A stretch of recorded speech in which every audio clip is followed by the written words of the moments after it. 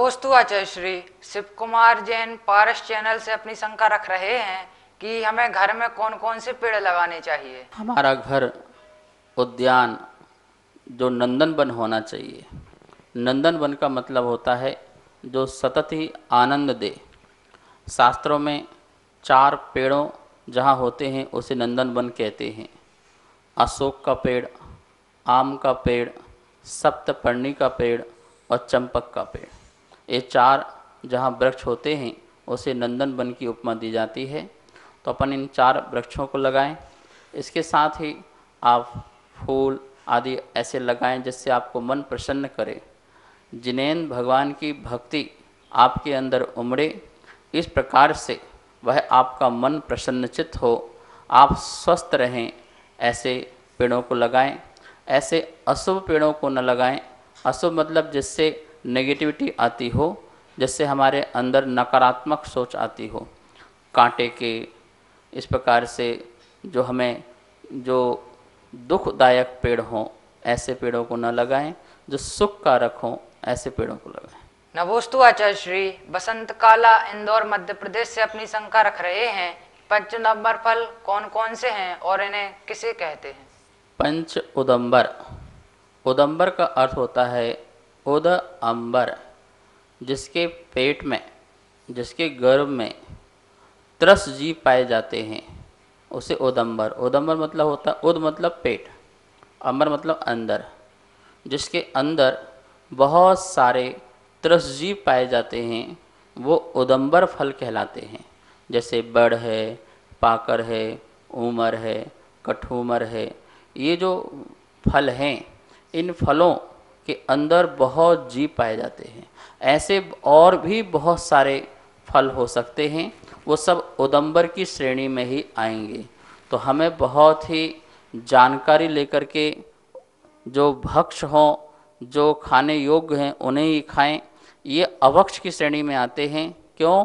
क्योंकि हमारे खाने से उनमें बहुत जीवों की हिंसा होती है।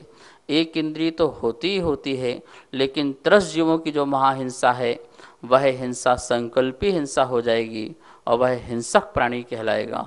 अतः ऐसे पंच उदंबर आदि फलों को हमें ग्रहण नहीं करना चाहिए। नवोस्तु आचार्य श्री उषा जैन बरेली उत्तर प्रदेश से अपनी शंका रख रहे हैं कि मारीची के जीव ने कौन से भाव में 363 मत चलाए थे। मारीची भरत का बेटा, आदिनाथ का पोता, उच्च कुल में जन्म लेने के बाद भी पूर्व अनादि के संस्कार मिथ्यात्व के छूटे नहीं, और जिसके कारण उन्होंने खोटे मतों का प्रचार किया, मिथ्यात्व को धारण किया और कभी क्रियावादी, कभी अक्रियावादी, कभी स्वभाववादी, कभी पुरुषार्थवादी, कभी नियतवादी, कभी कालवादी, कभी निमित्तवादी, इस प्रकार से अनेक प्रकार के जो मत रहे वो मारीच न चलाए।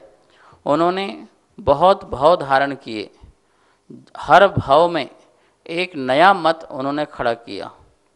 हर भाव में कभी नियतवादी, कभी पुरुषार्थवादी, ऐसे करते करते उन्होंने कितने जन्म लिए। महावीर स्वामी बनते बनते असंख्यात जन्म उनके हो चुके थे।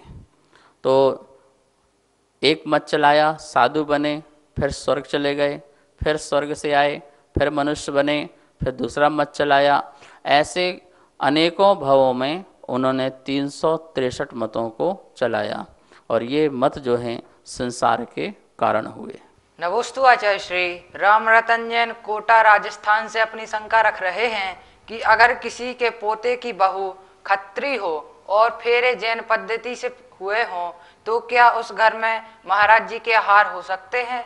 अन्य जाति से आए हुए जो बच्चे हैं, बच्चियां हैं, उनको जैन धर्म के संस्कार मिल सकते हैं और उन्हें जैन धर्म स्वीकार करना चाहिए। पर उनका यही प्रायश्चित है कि आपकी पिंड शुद्धि नहीं हुई, आपकी कुल शुद्धि नहीं हुई है, तो आपका यही प्रायश्चित है कि आप अनुमोदना करें।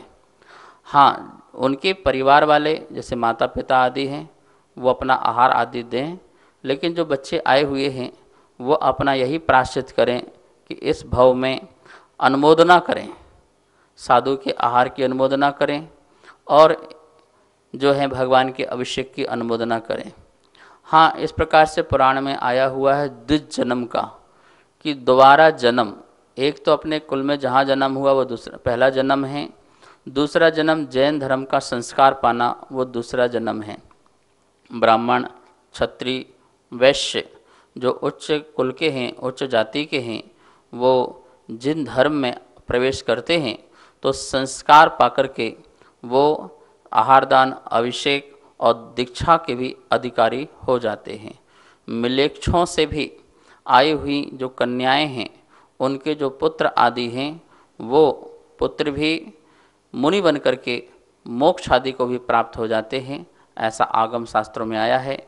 तो अभी बहुत ही हमें अपने हृदय को विस्तार करने की आवश्यकता है।